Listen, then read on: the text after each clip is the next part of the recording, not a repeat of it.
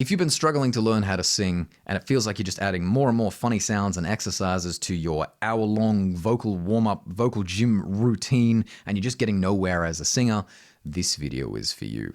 Let's turn that frustration, let's use that frustration as fuel for progress in your singing. Before we do that, hello, my name is Keegan. In over a decade of coaching singing, teaching singing professionally, I've helped hundreds of singers absolutely transform their voice. Singers have done 5 vocal courses before they came to me. Singers have done, 5-10 years of vocal training and really getting nowhere and feeling frustrated about their voices. We've transformed their voice with this simple but very practical process that I'm about to share with you, just like Aisha here. Now, when Aisha first came to me for help with her singing, she had a very beautiful but very, very meek, very, very quiet singing voice. She was actually too uncomfortable to really sing in front of me very much. And she actually left me a review after we started working together, sharing that, before working with me, she really felt like she didn't have that quality of a professional singer or a rock singer. There's an element missing in my voice that I think I just don't have. It's one of the first discussions we have. Is this something that someone has and I just don't have, right? With the simple but practical process that I'm sharing with you in this video, Aisha's actually so in demand as a professional singer that she's splitting her time between Australia and Europe to cover all the bookings that she gets as a professional singer with her wedding duo. Imagine being a singer that's, too scared to really sing in front of your singing teacher, having a really, really meek, quiet singing voice, to being a professional singer. This is what you do for a living internationally, right? That's a long flight to Europe, right? And a long flight back to cover all the bookings, right? And she sounds amazing.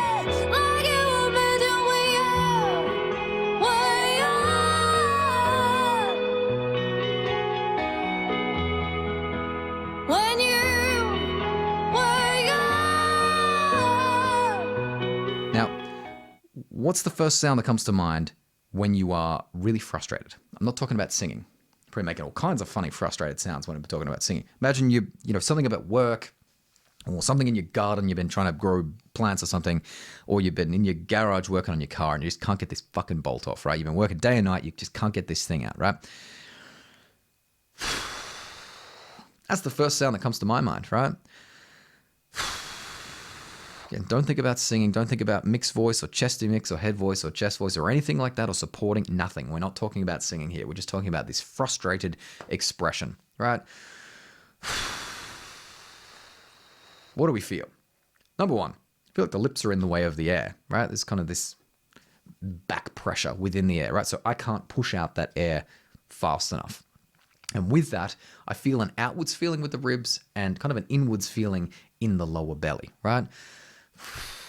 I'm not trying to make those things happen. Those things happen when I make this sound, and we need to apply them when we sing. This is your support. Support isn't and compression, back pressure is not throttling the voice, right? Throttling yourself, trying to hold back the air and choke yourself off, right? Now, if we make a very, very quiet sound, again, don't think of singing. Just doesn't really matter what sound it is.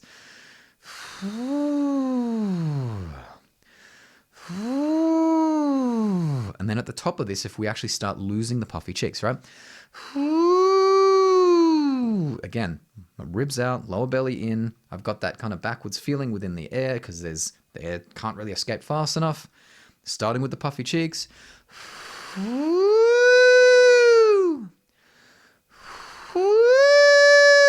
what we're going to do is bring this down to chest voice, right?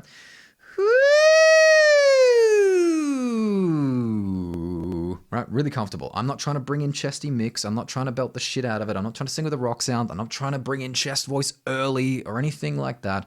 All I'm doing is doing this very, very naturally and very, very neutrally. And what you're going to find is this neutral setup where we support correctly with this back pressure, with this front vowel, which we're going to talk about in a second, allows you to connect head and chest voice much easier. It allows you to find your support much easier. It allows you to find compression and back pressure much easier. It even allows you to find your vowel, your soft palate, all of these things really, really easily. Now, doing this sound for 10,000 hours is not going to make you a good singer. This is where most people go wrong with vocal training. This is why your warm-up routine is ballooned to 7 pages, right? because you're not taking these very, very basic elements that come from this sound and applying them in your singing. You're probably thinking that if you do this enough, you'll build the strength to then make harder sounds, right? It's not how singing works. Let me know in the comments down below if that's how you've been approaching this. Really what we're doing is we're taking these kind of foundation elements in the voice and we're building upon them. It's like a foundation of a house, right? It's all good if you've got the world's most expensive roof, but if there's no fucking walls, you've just got a roof on the ground, right? It's not going to do much for you, right? What we need to do is build this foundation and build upon it. It's all very controlled. It's all very easy. It's all very, very comfortable. Say you're singing an actual vocal line, right? Turn on the TV cause I got nowhere to go. Seems like there's a little trouble down in Mexico. Right? Most of these sounds are actually front vowels, right? We're not singing, tan, an, da, ta, va, a. It's not Mexico, o, or. I'm doing a classical O vowel. It's an sound, right? Mexico! 13-year-old boy robs a store so we can eat. They got him doing time while killers walk the streets. Right? A lot of these sounds are actually front vowels.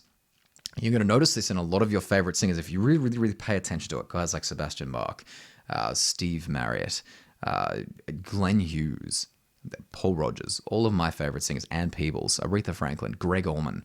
These singers are actually using more than one vowel, obviously. They're not just, basing everything off and then trying to force the voice out, right?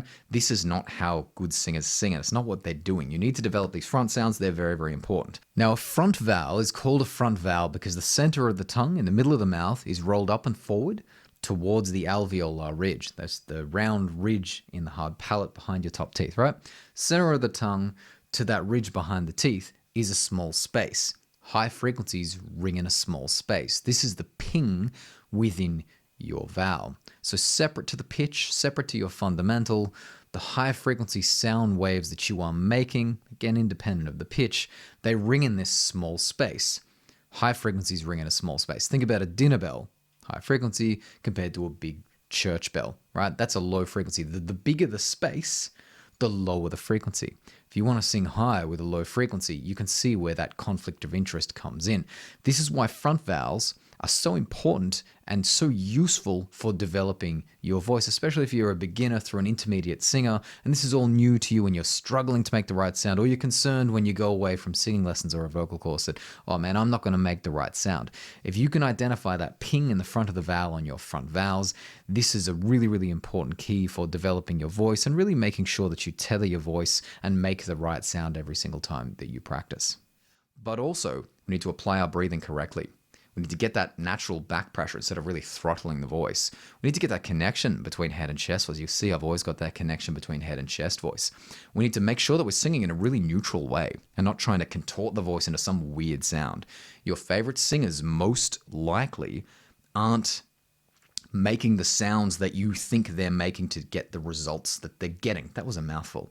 The results that they're getting, the great, fantastic sound, they're probably making a totally different sound to the one you think they're making to get that sound, right? I'll definitely vouch for this. The second I stopped trying to sing like Chris Cornell, I found all of that range. Second I stopped trying to sing like Paul Rodgers, it really became natural. And I started to understand, these choices that he's making. I'm just like, oh, that's really natural, neutral choice, right? And I'm trying to contort the voice into this cool Paul Rodgers, Greg Allman type sound, right? The second you sing naturally, your true voice really will emerge. I would like to hear about all of the exercises that you've been doing. There's a link down below where you can reach out, get in touch with me. Let me know the exercises you've been doing, and I will let you know what they're for. Knowing why you're practicing something, the context of something, and what you're working towards is the key to really turning that frustration into progress as a singer. Hit the link, get in touch, let me know the exercises you've been practicing. I'll tell you what they're for, then you are going to know what to work towards. Most importantly, hit that subscribe button, and you and I are going to talk soon.